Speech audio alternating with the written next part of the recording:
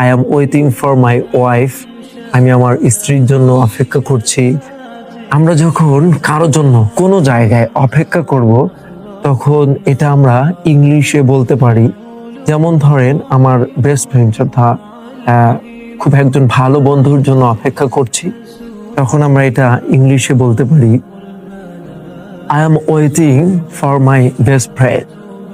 এই I am waiting for my best friend এটা দিয়ে, এই স্ট্রাকচার দিয়ে, এই সেন্টেন্সটা দিয়ে আমরা অনেকগুলো সেন্টেন্স মেক করতে সক্ষম হব।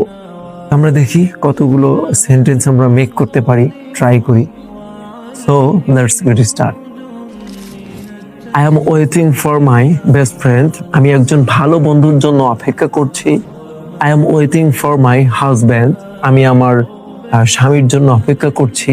I am waiting for my wife, আমি আমার স্ত্রীর জন্য অপেক্ষা করছি। I am waiting for my brother, আমি আমার ভাইয়ের জন্য অপেক্ষা করছি। I am waiting for my sister, আমি আমার বোনের জন্য অপেক্ষা করছি। I am waiting for my teacher, আমি আমার শিক্ষকের জন্য অপেক্ষা করছি। I am waiting for my students, আমি আমার ছাত্রের জন্য অপেক্ষা করছি, ইত্যাদি ইত্যাদি। এভাবে আমরা অনেক বাক্য তৈরি করতে পারি। তো আরো কিছু বাক্য জানতে চাইলে কমেন্ট বক্সে কমেন্ট করুন।